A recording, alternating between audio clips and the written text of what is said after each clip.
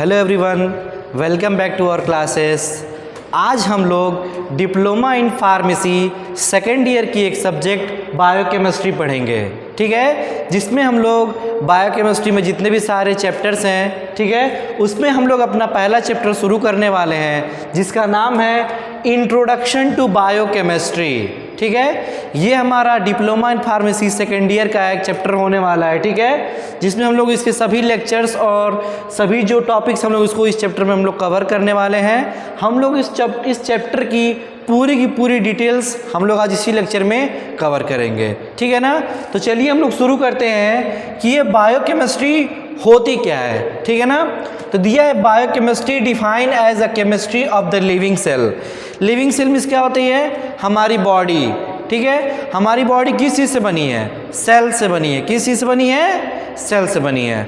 जैसे हमारी बॉडी की जो सबसे छोटी यूनिट होती है, फंडामेंटल यूनिट होती है, उसको क्या कहते हैं? सेल कहते हैं।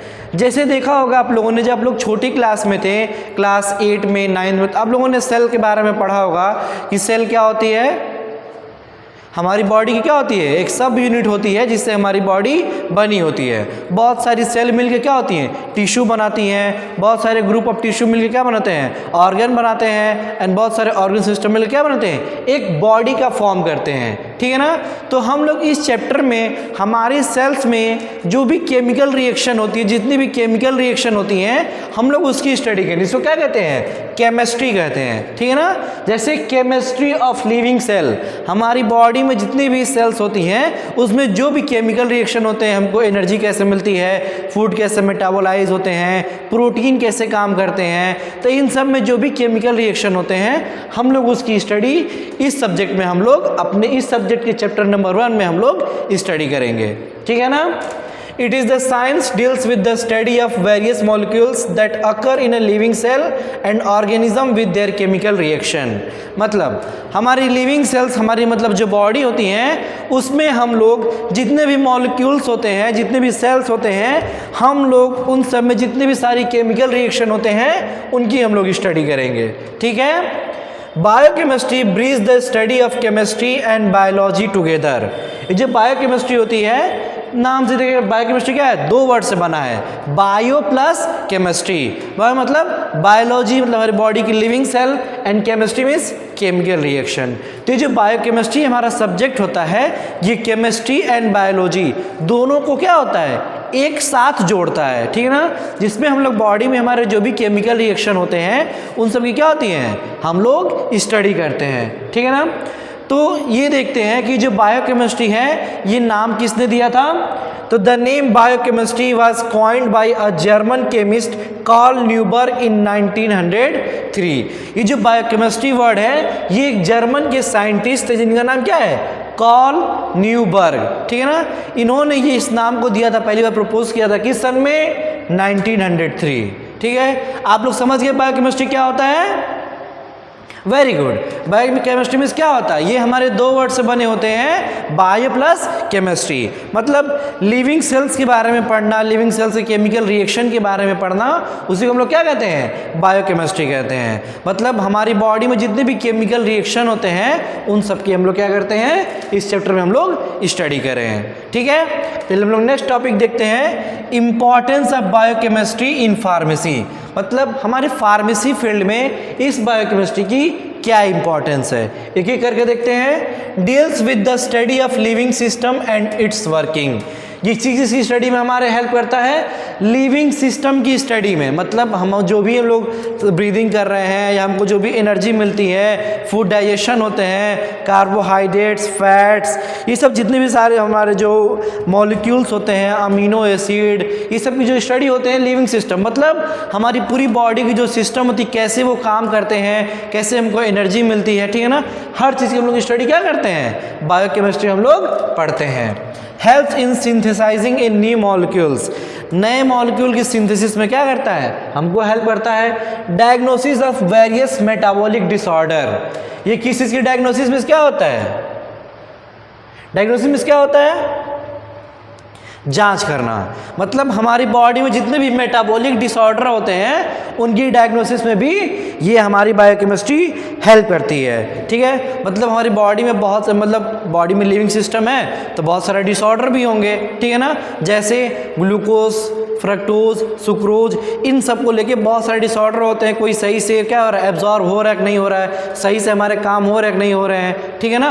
जब अगर हमारा ग्लूकोज हमारी बॉडी में जब अगर सही से एब्जॉर्ब नहीं होगा या फिर ज़्यादा हो जाएगा तो क्या हो जाता है, हमारी बॉडी में डायबिटीज़ हो जाती है, ठीक है। तो वो क्या होता है, एक मेटाबॉलिक डिसऑर्डर होता है, ठीक है ना।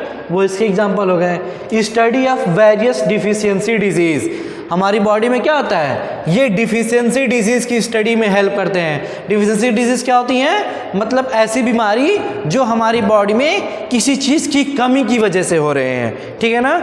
जैसे हमारी बॉडी में मान लीजिए कि प्रोटीन है, अगर प्रोटीन की कमी हो जाएगी तो कौन सी डिजीज़ होगी, ग्लूकोज की कमी हो जाएगी तो कौन सी डिजीज़ हो जाएगी, कोई चीज़ ज़्यादा हो जाएगा तो कौन सी डिजीज़ हो जाएगी। तो हम लोग क्या करेंगे, डिफिशियंसी डिजीज़ की हम लोग क्या करते हैं, स्टडी करते हैं, ठीक है। Helps in the discovery of new drugs in the pharmaceutical industry, जैसे फार्मास्यूटिकल इंडस्ट्री क्या होती हैं, ये ऐसी जगह होती हैं जहाँ पे क्या होता है, मेडिसिन का क्या होता है, प्रोडक्शन होता है, जहाँ पे दवाइयाँ बनाई जाती हैं, ठीक है ना। तो जो हमारे नए ड्रग्स होते हैं उनकी डिस्कवरी में भी क्या होते हैं, ये हेल्प करते हैं, ठीक है। Understand the action of various genes as well as their interaction with enzyme, मतलब हमारी बॉडी में जितने भी जीन होते हैं, ठीक है ना, जितने भी जीन होते हैं वो क्या होते हैं, उसका इंटरेक्शन, हमारी बॉडी में जितने भी एंजाइम होते हैं, बहुत सारे एंजाइम होते हैं, जैसे पेप्सिन हो गए, ट्रिप्सिन हो गए, डाइजेस्टिव जूसेस हो गए, ऐसे बहुत सारे एंजाइम होते हैं। उनका हमारे जीन के साथ कैसा एक्शन होता है, कैसे वो रिएक्ट करके अपना काम करते हैं, कैसे वो मेटाबॉलिज्म में हेल्प करते हैं, कैसे डाइजेशन में हेल्प करते हैं, कैसे रेस्पिरेशन में हेल्प करते हैं, पूरा काम हमारी बॉडी के लिविंग सिस्टम में जितना भी काम होता है, जितने भी एंजाइम होते हैं, कैसे वो जीन के साथ इंटरेक्ट होके अपनी चीज़ों को परफॉर्म करते हैं, जिससे हम लोग एक बेटर लाइफ सर्वाइव करते हैं। ये तो हमारा इम्पॉर्टेंस ऑफ बायोकेमिस्ट्री की, इसकी क्या है, इम्पॉर्टेंस है। नेक्स्ट हम लोग इसका स्कोप पढ़ेंगे। Scope of biochemistry in pharmacy क्या होती है, ड्रग डिस्कवरी एंड डेवलपमेंट, नए ड्रग की क्या होता है, हम लोग डिस्कवरी करते हैं, खोज करते हैं और उसके नए फार्मूलाज को डेवलप करके नई नई क्या होती हैं, मेडिसिन बनाई जाती हैं। Next target identification and validation, target identification क्या होता है, हम कोई भी जो नई ड्रग्स, जो भी फार्मूला हम बनाएंगे, किस टारगेट पर हमारा क्या होता है वो एक्शन मिलेगा, उसको आइडेंटिफाई करते हैं। नेक्स्ट है मॉलिक्यूलर डायग्नोस्टिक, इसमें क्या करेंगे, हम लोग मॉलिक्यूल्स की खोज करते हैं, मॉलिक्यूल की डायग्नोसिस करेंगे कि कौन सी दवा हमारी क्या होती है, किस जगह हमको अच्छे से रिस्पांस देगी, कहाँ से उसका इंटरेक्शन होगा कि अच्छे से हमको सब चीज़ें समझ में आ जाए। टॉक्सिकोलॉजी, टॉक्सिक क्या होती है, ये हमारी ऐसी ब्रांच होती है जिसमें हम लोग टॉक्सिक इफेक्ट, एडवर्स इफेक्ट के बारे में हम लोग स्टडी करते हैं। जैसे कोई चीज़ टॉक्सिक में क्या होता है, हार्मफुल, ठीक है, क्या होती है, हार्मफुल। तो अगर कोई भी चीज़ हमारे लिए हार्मफुल होती है तो क्या होती है, हम लोग उसमें टॉक्सिकोलॉजी की स्टडी करते हैं, ठीक है। नेक्स्ट बायोटेक्नोलॉजी, बायोटेक्नोलॉजी क्या होती है, बायोटेक्नोलॉजी हमारी ऐसी ब्रांच होती है जिसमें क्या होता है, हम लोग स्मॉल मॉलिक्यूल, छोटे छोटे मॉलिक्यूल्स को क्या करते हैं, हम लोग उसकी स्टडी करते हैं। जैसे डीएनए फ्रेगमेंट की स्टडी करते हैं, डीएनए फिंगरप्रिंटिंग की स्टडी करते हैं, डीएनए रेप्लिकेशन की स्टडी करते हैं, कैसे किसी नए जीन के मॉलिक्यूल्स को अल्टर करके हम लोग नए ड्रग की फॉर्मुलेशन या डिस्कवरी की जाती है, ठीक है ना। नेक्स्ट है फॉर्मुलेशन एंड ड्रग डिलीवरी, जब हम लोग नए मॉलिक्यूल डिस्कवरी कर लेंगे तो कैसे उसको एक अच्छे फॉर्मूले में कन्वर्ट कर दिया जाए कि हमसे उसको एक ऐसा बेटर प्रोडक्ट मिले जो किसी पेशेंट को या किसी पर्सन को हेल्प करे किसी डिजीज़ के ट्रीटमेंट में, ठीक है ना, और उसको प्रोड्यूस किया जा सके। यहाँ तक हमारा था स्कोप ऑफ बायोकेमिस्ट्री। हम लोगों ने क्या पढ़ लिया, बायोकेमिस्ट्री क्या होती है, क्या होती है biochemistry, chemistry of the living cells, मतलब हमारी लिविंग सेल्स में जितने भी सारे केमिकल रिएक्शन होते हैं उसकी हम लोग स्टडी करते हैं। उसके हम लोगों ने इंपॉर्टेंस पढ़ लिया और हम लोगों ने उसके स्कोप को पढ़ लिए, ठीक है। चलिए अब हम लोग इस चैप्टर का हम लोग अपना नेक्स्ट टॉपिक देखते हैं जिसका नाम क्या है, सेल। सेल वर्ड से कुछ नाम याद आ रहा है, जैसे आप लोग जब छोटे स्कूल में आप जब लोग पढ़ते थे आप लोग तो उसमें जब क्लास 8 में या 9th में आप लोगों ने सेल के बारे में पढ़ा होगा कि सेल क्या होती है, एक सेल का डेफिनेशन पढ़ा होगा। वो डेफिनेशन क्या है? Very good, it is the basic structural and functional unit of life. Means क्या होती है? किसी भी लाइफ की सबसे बेसिक और स्ट्रक्चरल यूनिट होती है।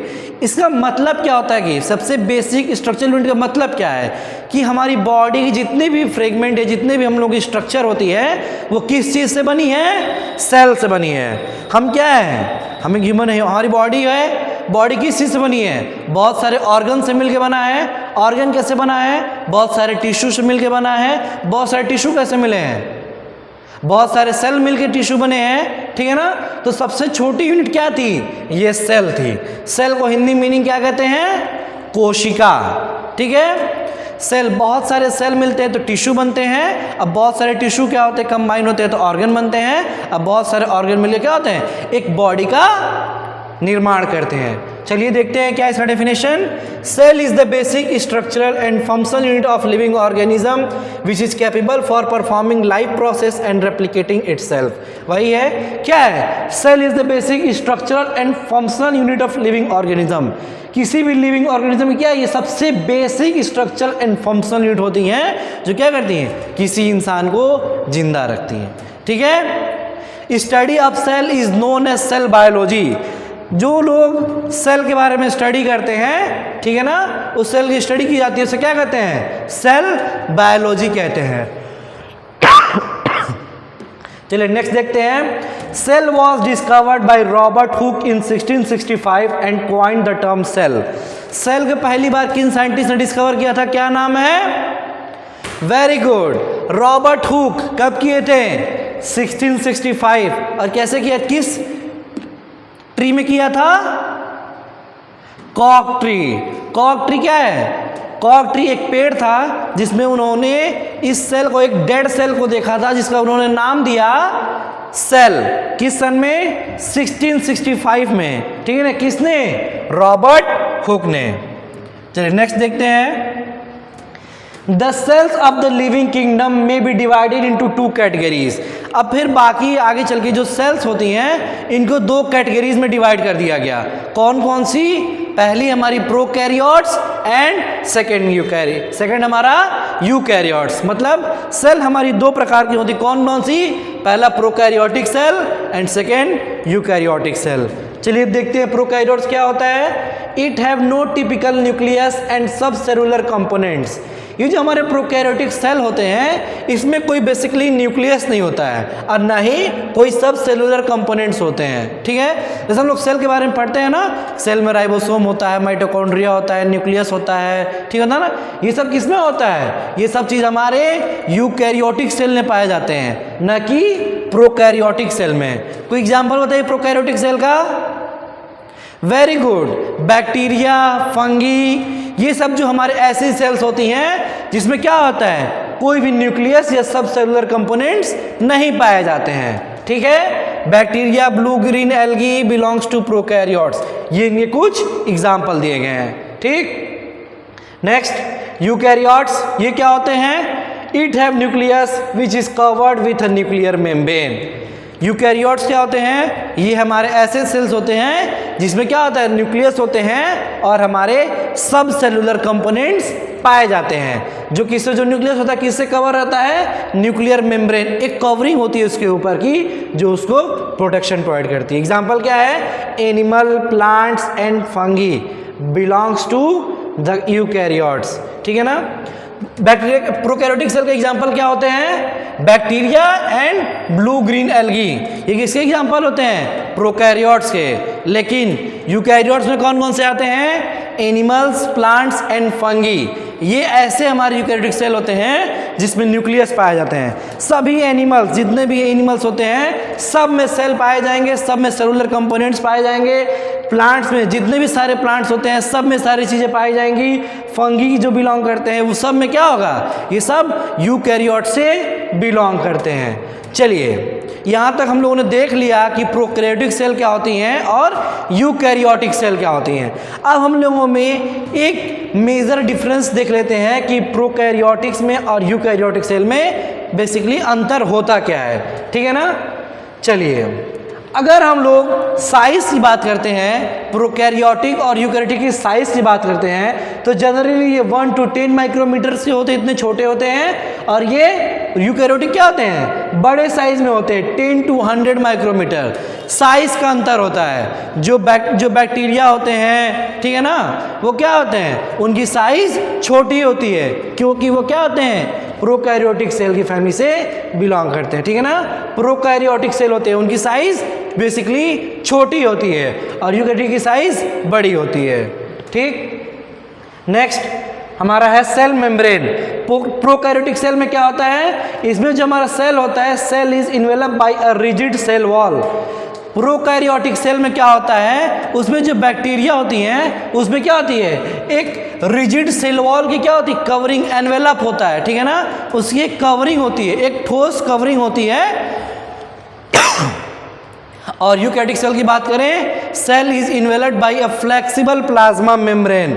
ये भी as a membrane, as a covering की तरह ही काम करती है, जो क्या होती है, एक फ्लेक्सिबल होती है। ये क्या होती है, ये रिजिड सेल वॉल होती है, इसमें फ्लेक्सिबल प्लाज्मा मेम्ब्रेन होता है, ठीक। नेक्स्ट सब सेलुलर ऑर्गेनल्स की बात करते हैं, मतलब सब सेलुलर कंटेंट्स की बात करते हैं। जैसे क्या होते हैं, cell organelles, mitochondria, ribosomes, lysosomes, ठीक है, न्यूक्लियस, एंडोप्लाज्मिक रेटिकुलम, ठीक है ना।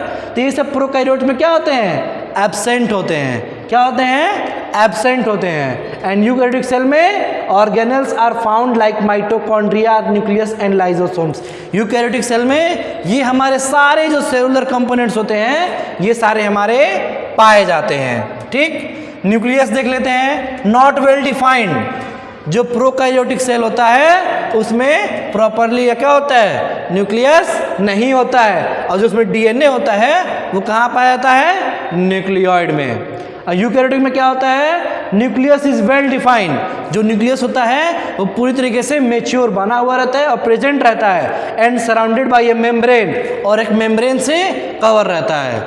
किस मेम्ब्रेन से कवर रहता है हमारा nucleus, very good, nuclear membrane. Energy metabolism कैसे क्या होती है, एनर्जी मेटाबोलाइज होती है। जो सेल में जो एनर्जी प्रोड्यूस होती है, हमारे सेल में जो एनर्जी प्रोड्यूस होती है वो किसके हेल्प से होती है, माइटोकॉन्ड्रिया। हमारे सेल में एक सेल ऑर्गेनल्स पाया जाता है जिसका नाम है माइटोकॉन्ड्रिया, ठीक है ना। तो माइटोकॉन्ड्रिया जिस सेल में प्रेजेंट रहेगा वही एनर्जी मेटाबोलाइजेशन करेगा। तो प्रोकैरियोटिक सेल में क्या होता है, माइटोकॉन्ड्रिया एब्सेंट होता है। अगर वो एब्सेंट है तो एनर्जी मेटाबोलाइजेशन नहीं होगी। Enzymes of energy metabolism are located in mitochondria. और यूकैरियोटिक में क्या होते हैं, हमारे माइटोकॉन्ड्रिया में वो एंजाइम्स पाए जाते हैं जो एनर्जी मेटाबोलाइजेशन में हेल्प करते हैं हमारे, ठीक। नेक्स्ट है हमारा cytoplasm. Organelles and cytoskeleton are absent. ये साइटोप्लाज्म क्या होते हैं, ये प्रोकैरियोटिक सेल में एब्सेंट होते हैं। और हमारे इसमें यूकैरियोटिक में क्या होते हैं, कंटेंट्स ऑर्गेनल्स एंड साइटोस्केलेटन, ठीक है। हमारे इसमें साइटोप्लाज्म नहीं होते हैं। और इसमें क्या होता है, यूकैरियोटिक सेल में हमारे ऑर्गेन्स, ऑर्गेनल्स और साइटोस्केलेटन उसमें कंटेंट्स रहते हैं, मतलब उसमें मिले रहते हैं। Next membrane bound organelles. Membrane bound organelles क्या होते हैं, ऐसी मेम्ब्रेन जो उस ऑर्गेनल क्या आती हैं, कवर किए रहते हैं। तो प्रोकैरियोटिक सेल में क्या होता है, वो एब्सेंट होता है, एंड यूकैरियोटिक में वो प्रेजेंट होता है। ये था हम लोगों का major difference between prokaryotic cell and eukaryotic cell. इन दोनों के बीच क्या इन सभी सेल्स को, दोनों सेल्स को अलग बनाता है, उनके साइज के अकॉर्डिंग, मेम्ब्रेन के अकॉर्डिंग, सेलुलर ऑर्गेनल्स के अकॉर्डिंग, न्यूक्लियस के according, energy metabolism, cytoplasm and membrane bound organelles, ठीक है। जो लोग अगर ये नोट करना चाहते हैं इन दोनों डिफरेंस को, ठीक है ना, बेसिकली क्या होता है इस चैप्टर से, ये हमारा टॉपिक क्या होता है, बेसिकली ये एग्जाम में आता है, कौन सा, difference between, give the difference between prokaryotic and eukaryotic cell. या तो ऐसे क्वेश्चन आएगा या फिर आएगा write a brief note on eukaryotic cell and with diagram. Diagram भी ड्रॉ करना है, यूकैरियोटिक सेल के बारे में लिखना रहता है और उसके ऑर्गेनल्स के बारे में, जो बेसिकली 10 नंबर में सवाल पूछे जाते हैं, ठीक है ना। चलिए अब हमारा नेक्स्ट टॉपिक है पार्ट्स ऑफ सेल। सेल के कौन कौन से पार्ट्स होते हैं। जैसे हम लोगों ने अभी ये पढ़ा कि सेल में हमारे माइटोकॉन्ड्रिया होते हैं, लाइसोसोम्स होते हैं, न्यूक्लियस होते हैं। तो ये सब क्या है? ये सब हमारे सेलुलर कंपोनेंट्स होते हैं। क्या होते हैं? सेलुलर कंपोनेंट्स, जो हमारे उस सेल में क्या होते हैं? पाए जाते हैं। Also known as cell organelles. इन सेल को क्या कहते हैं? जो उसके पार्ट्स रहते हैं उसको हम लोग सेल ऑर्गेनल्स कहते हैं। नाम देख लेते हैं कौन कौन सा होता है। चलिए देखिए, पहला नाम है हमारा nucleus, mitochondria, ribosome, endoplasmic reticulum, Golgi bodies, lysosome, peroxisome, centrosome, cell extension and vacuoles. ये हमारे कुछ ऐसे सेल ऑर्गेनल्स होते हैं जो हमारे बेसिकली सभी सेल्स में, मतलब एनिमल्स में, प्लांट्स में, फंगी में, ज़्यादातर में क्या होते हैं? ये सारे हमारे सेल ऑर्गेनल्स पाए जाते हैं। किसको छोड़ के? बैक्टीरिया को छोड़ के, प्रोकैरियोटिक सेल को छोड़ के जितने भी हमारे यूकैरियोटिक सेल्स में होते हैं, जितने भी उसके एग्जांपल्स होते हैं, चाहे एनिमल, चाहे प्लांट, चाहे फंगी, सब में हमारा ये सेल ऑर्गेनल्स क्या होता है? पाया जाता है। ठीक है, चलिए इसका एक डायग्राम दिया गया है यहाँ पे, ठीक है ना। इस डायग्राम को देखिए, ये हमारा एक सेल का डायग्राम होता है। क्या है? एक सेल का डायग्राम है जिसमें यहाँ पे आपको न्यूक्लियस दिखाया गया है। ये न्यूक्लियस की एक कवरिंग दिखाई गई है। और कौन सा है? Smooth endoplasmic reticulum, rough endoplasmic reticulum, Golgi bodies दिखाए गए हैं। ठीक है, साइटोप्लाज्म जो फ्लूइड दिखाया गया है, पैराक्सीसोम्स दिखाए गए हैं। ठीक है ना, सेल मेम्ब्रेन है, माइटोकॉन्ड्रिया है। ये मतलब क्या है?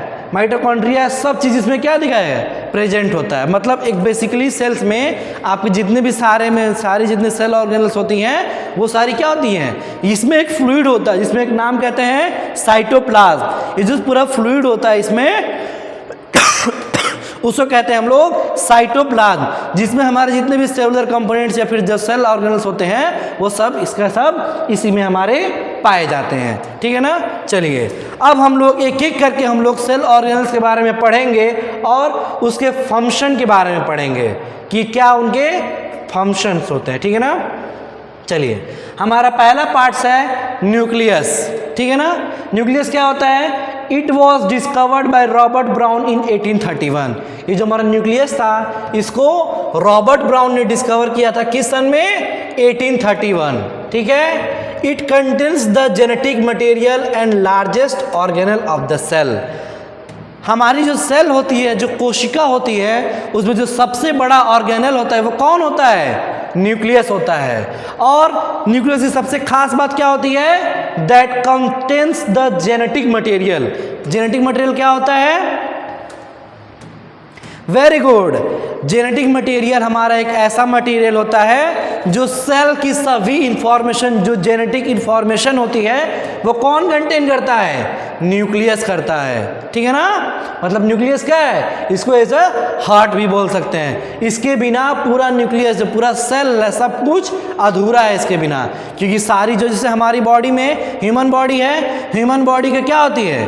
बेसिक यूनिट क्या है? अगर क्या है तो मान लीजिए इसकी न्यूक्लियस है जो जेनेटिक इन्फॉर्मेशन कैरी करती है। हमारी बॉडी में कौन जेनेटिक इन्फॉर्मेशन कंटेन करते हैं? DNA, deoxy ribo nucleic acid. DNA क्या होते हैं? हमारी बॉडी में जो जेनेटिक इन्फॉर्मेशन कंटेन किए रहते हैं कि किसी ह्यूमन बॉडी का कलर कैसा होगा, हाइट कितनी होगी, बॉडी किस शेप का होगा। ठीक है ना। ये जो सारी इन्फॉर्मेशन होती है ये सब कहाँ कंटेन रहता है? कहाँ? डीएनए में रहता है। जिस तरह हमारी बॉडी का यूनिट डीएनए होता है उसी तरह सेल का क्या होता है? न्यूक्लियस होता है। ठीक है। चलिए न्यूक्लियस का फंक्शन देख लेते हैं। Nucleus helps in transferring of genetic information from parents to children through DNA. जो न्यूक्लियस होता है वो किस चीज़ में हेल्प करता है? हमारा जेनेटिक इंफॉर्मेशन को पेरेंट से बच्चों में क्या होता है? ट्रांसफर करता है। किसकी हेल्प से?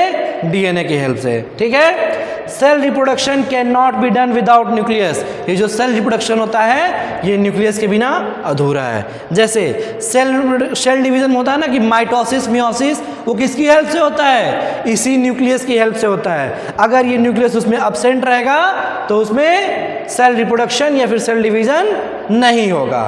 ठीक है ना, ये हम लोग पढ़ लिए न्यूक्लियस के बारे में। नेक्स्ट हमारा ऑर्गेनल पढ़ेंगे माइटोकॉन्ड्रिया। ये इसको कौन डिस्कवर किया था? It was discovered by Albert von Kollikers. ये एक साइंटिस्ट है, कौन? एल्बर्ट वॉन कॉलिकर्स, जिसने किसकी डिस्कवरी की थी? माइटोकॉन्ड्रिया की। अब ये होता क्या है? They are also known as power house of the cell. Mitochondria का एक निक नेम होता है कि क्या होता है, इसको power house of the cell बोलते हैं। जैसे हमारे घरों में जो इलेक्ट्रिसिटी, जो बिजली आती है, वो कहाँ से आती है? पावर हाउस से आती है, वहाँ से हमको एनर्जी आती है ना। उसी तरह जैसे हमको वहाँ से पावर हाउस से हमारे घर में इलेक्ट्रिसिटी आती है, सेम उसी प्रकार हमारे सेल में जो एनर्जी आती है वो किसकी हेल्प से आती है? माइटोकॉन्ड्रिया। किसकी हेल्प से? माइटोकॉन्ड्रिया। यही हमारा क्या होता है? सेल का पावर हाउस होता है, जो किसकी हेल्प करता है? It helps in synthesis of ATP which is known as currency of the cell. जो किसकी हेल्प करता है? किसकी सिंथेसिस करता है? एटीपी। अब एटीपी क्या होता है? इसको कहते हैं एडिनोसिन ट्राइफॉस्फेट। ये हमारा एक ऐसा मॉलिक्यूल्स होता है जो क्या होता है? एनर्जी प्रोडक्शन में हेल्प करता है। ठीक है, इसका फंक्शन क्या होता है? It performs metabolic activity of the cell.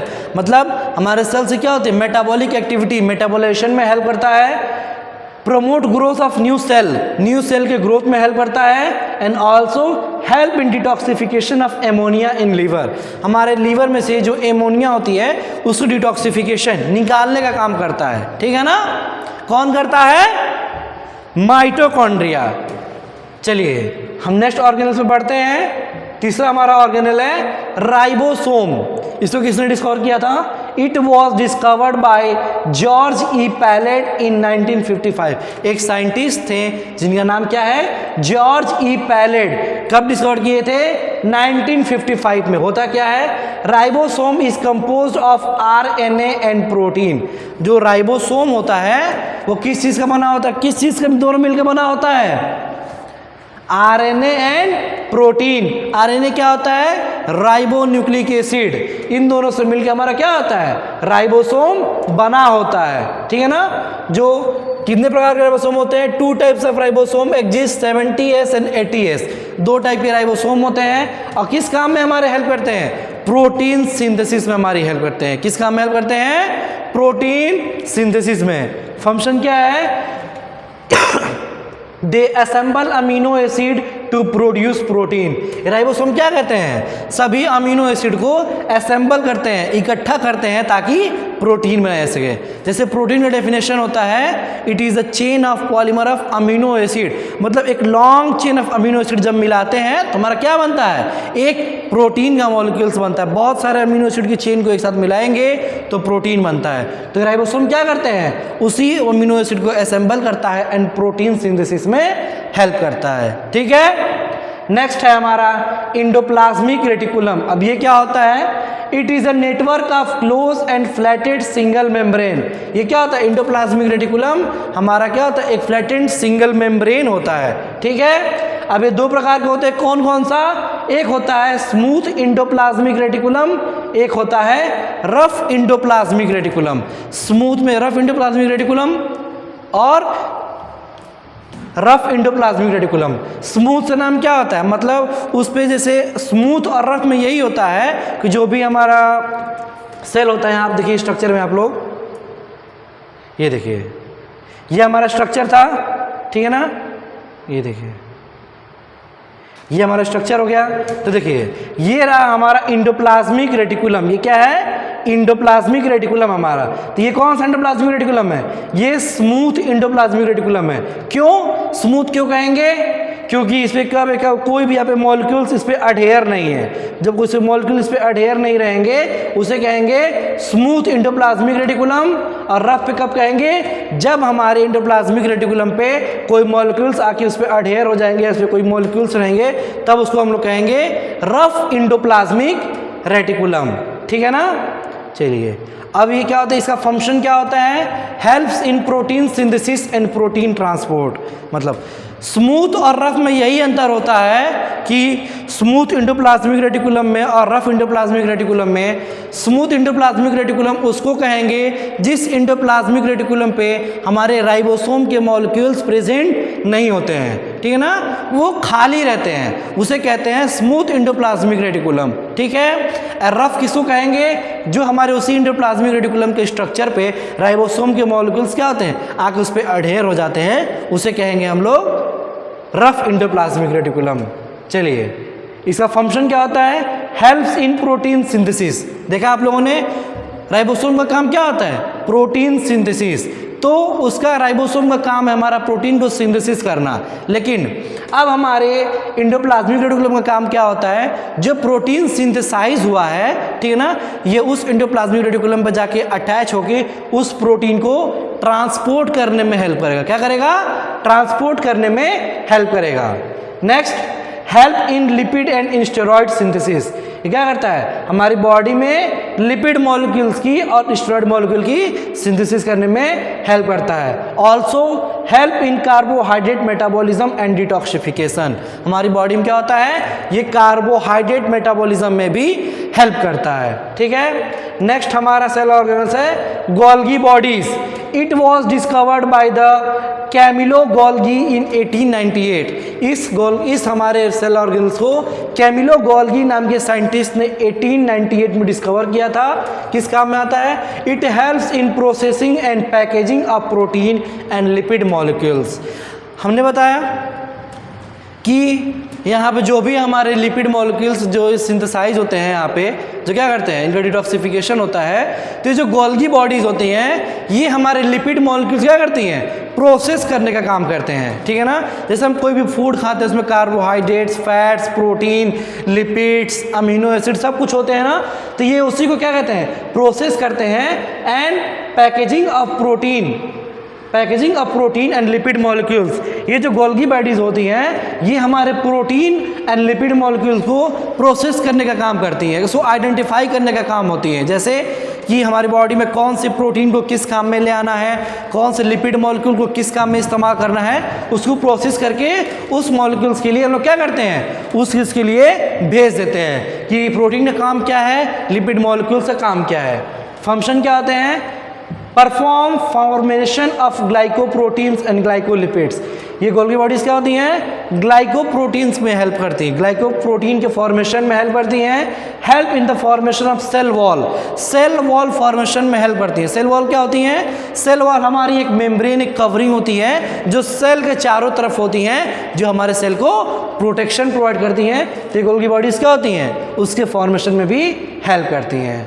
Involve in the formation of lysosomes. Lysosomes हमारा एक सेल ऑर्गन्स होता है, ये उसकी फॉर्मेशन में भी हेल्प करते हैं। नेक्स्ट हमारा ये रहा हमारा लाइजोसोम्स, हमारा नेक्स्ट ऑर्गेनल्स। ये क्या है, it is discovered by the Christian day due in 1955।